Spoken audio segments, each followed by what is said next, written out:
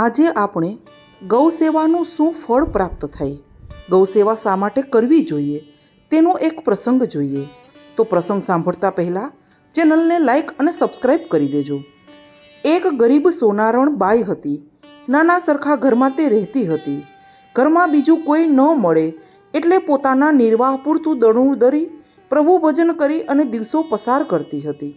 એક દિવસ બાઈના ઘરથી થોડે દૂર કથા વંચાવા લાગી. બાઈ માળા લઈને કથા સાંભળવા બેસી જઈ. કથાકારે પુરુષોત્તમ માસ આવવાનો હોવાથી પુરુષોત્તમ માસનું મહાત્મ્ય સંભળાવ્યું અને અંતમાં યજ્ઞના ફળ વિશે કહ્યું કે જે ભાવિકો યજ્ઞ કરે છે તેઓ મોટા પુણ્યને પામે છે. પુણ્ય પણ એવું પ્રબળ કે માનવીનો જન્મ અને મરણના ફેરામાંથી છુટકારો થાય છે. આ સાંભળીને બાઈના મનમાં થયું કે મારી પાસે ધન હોત તો હું પણ યજ્ઞ કરત, પણ કર્મની કેવી કઠણાઈ છે કે મરનારે વાલની વીંટી પણ ઘરમાં નથી રહેવા દીધી. જો થોડું ઘણું પણ ધન હોત તો હું મોટો યજ્ઞ કરત. હવે શું કરવું? બાઈ વિચાર કરતી બેઠી છે ત્યાં તો કથાકારે શ્રમયજ્ઞની મહત્તા સમજાવી, સેવાયજ્ઞ મહત્તા સમજાવી એટલે બાઈએ સેવાયજ્ઞથી ફળ મેળવવાનું વિચાર્યું. ગામ બહાર આવેલા તળાવ આગળ એક મહાત્મ્યાની મઢુલી હતી. તે મહાપવિત્ર અને ત્રિકાળજ્ઞાની પુરુષ હતા. તેથી તેમના દર્શનાર્થે અવારનવાર સ્ત્રી પુરુષો જતા હતા. બાઈ પણ તળાવે કપડાં ધોવા જતી ત્યારે મહાત્માના દર્શન કરીને ઘેર ફરતી. બાઈના મનમાં થયું કે શ્રમયજ્ઞ કરવા માટે મહાત્માની મઢુલી અને સેવાયજ્ઞ કરવા માટે મહાત્માની સેવા વધુ અનુકૂળ છે. આમ બિચારી બાઈ ઘેર ગઈ. બીજે દિવસે સૂર્યોદય થતાં પહેલાં મહાત્માની મઢુલી આગળ ગઈ. તેને આસપાસ પડેલો કચરો કાઢી નાખ્યો, ત્યાં પાણી છાંટ્યું. આથી તે જગ્યા સ્વચ્છ બની ગઈ. પછી આંગણામાં રંગોળી પૂરી અને મઢુલીની ચારે બાજુએ આસોપાલવના તોરણો બાંધી દીધા. તેની વચમાં ફૂલો ગૂંથેલા હતા, તેથી દેખાવે રમ્ય લાગતું હતું. આ વખતે મહાત્મ્ય મઢુલીમાં ન હતા. તેઓ તો જંગલમાં દૂર દૂર ફરવા ચાલ્યા ગયા હતા. આ તકનો લાભ લઈ સેવાભાવી બાઈએ સ્વચ્છ જળથી પાણીનું માટલું ભરી લીધું અને જે કંઈ વાસણો પડ્યા હતા તે માંજીને સાફ કરીને ગોઠવી દીધા. વસ્ત્રો પડેલા તે વાળીને ગોઠવી દીધા. પછી મઢુલીની અંદર કચરો પૂંજો કાઢીને તે ઘેર જતી રહી. આજે તેના આનંદનો પાર નહોતો, કારણ કે તેણે શ્રમ કર્યો હતો. થોડી વારે મહાત્મા આવ્યા અને મઢુલીની આસપાસની જગ્યા સ્વચ્છ બનેલી જોઈને તેના ઉપર પાણીનો છંટકાવ થયેલો જોઈ વિચારમાં પડી ગયા. વળી મઢુલીમાં સફાઈ થયેલી જોઈ ત્યારે તેમના આશ્ચર્યનો પાર રહ્યો નહીં. તે સમજ્યા કે કોઈ સેવાભાવીનું આ કામ છે, તેથી તેને મનમાં ધન્યવાદ આપવા લાગ્યા.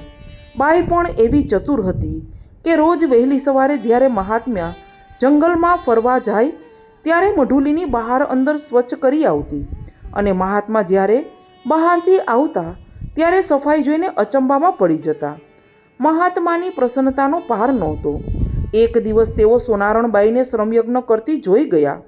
તેમણે બાઈની પાસે જઈને કહ્યું, હે ભલી બાઈ, આ ગુપ્ત સેવા કરવાનું કારણ શું? બીજાના સુખને ખાતર તું શું કામ શ્રમ ઉઠાવી રહી છે?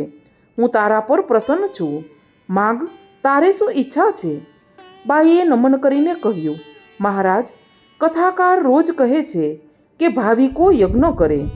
યજ્ઞ કરો તો યજ્ઞનું ફળ અધિક છે, પરંતુ યજ્ઞ કરવા માટે ઘણી બધી સામગ્રી જોઈએ અને મારી પાસે તો રાતી પાય પણ નથી, એટલે હું શ્રમયજ્ઞ એટલે કે સેવાયજ્ઞ કરું છું.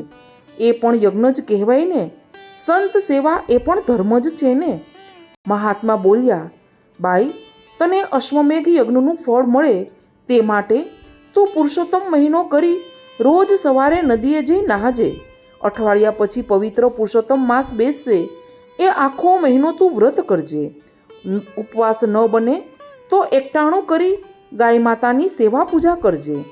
જો તું ભાવપૂર્વક વ્રત કરીશ, રોજ ગાયની સેવા પૂજા કરીશ, તો તને બધાએ દિવસોનું અશ્વમેઘ યજ્ઞનું ફળ મળશે.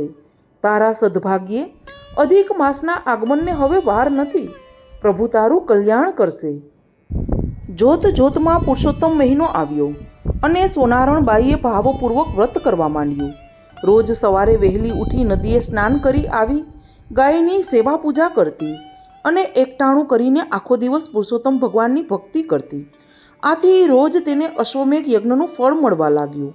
પણ તેને ફળ મળે છે તેની શું ખાતરી? કુદરતનું કરવું કે એ ગામના રાજનો કુંવર ગરમીના રોગથી પીડાતો હતો.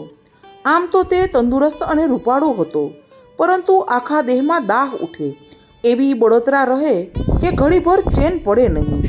રાજાએ મોટા મોટા વૈદ્યોને બતાવ્યું, પણ કોઈની દવા કામ ન આવી. જોગી જતીને બતાવ્યું, ભૂવા ભરાડીને બતાવ્યું, અને બધાએ જુદા જુદા અખતરા કર્યા, પણ સફળતા મળી નહીં. કુંવરની બળતરા મટી નહીં. એક વેળા કોઈ સિદ્ધ પુરુષ રાજાના મહેલે આવ્યો અને રાજાએ કુંવરને બતાવ્યો.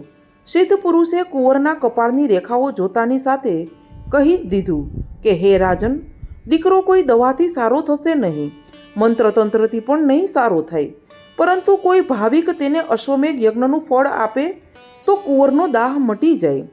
ધર્મફળના પ્રતાપે કુંવરજી સાજા થઈ જશે. આટલું કહીને સિદ્ધ પુરુષ ચાલ્યા ગયા. અને તે તરત જ રાજાએ પ્રધાનને બોલાવીને કહ્યું, પ્રધાનજી, રાજ્યભરમાં તપાસ કરાવો કે અશ્વમેઘ યજ્ઞ કોણે કર્યો છે. બીજે દિવસે તપાસ કરવા ગયેલા સેવકો પાછા ફર્યા અને કહેવા લાગ્યા, મહારાજ, રાજ્યમાં એવું કોઈ નથી કે જેણે અશ્વમેઘ યજ્ઞ કરાવ્યો હોય, એટલે એના ફળની આશા રાખવી તે ખોટું છે. રાજા તો નિરાશ થઈ ગયા. અરે રે, રતન જેવો રૂપાળો કુંવર શું આખી જિંદગી આમ બળતો જ રહેશે? એવામાં પેલી સેવાભાવી સોનારણબાઈને ખબર પડી કે રાજાના માંદા કુંવરને અશ્વમેઘ યજ્ઞનું ફળ મળે તો તે સાજો થઈ જાય. તેથી એક દિવસનું ફળ આપવા તે હરખભેર મહેલે દોડી ગઈ.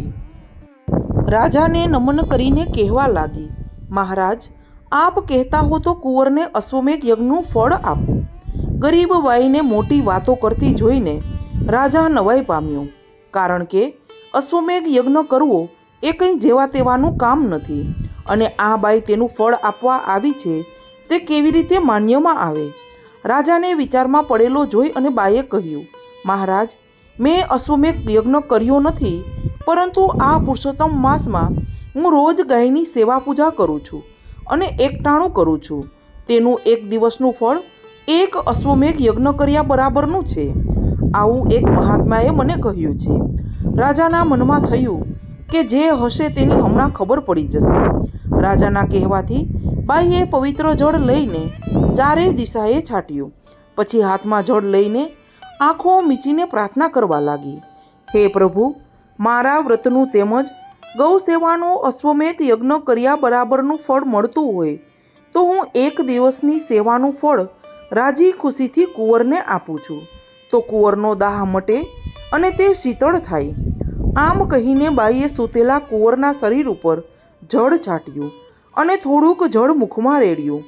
સાથે જ કુંવરના દેહમાંથી બળતરા ઘટવા માંડી અને થોડી વારમાં તો એનો બધો જ દાહ મટી ગયો.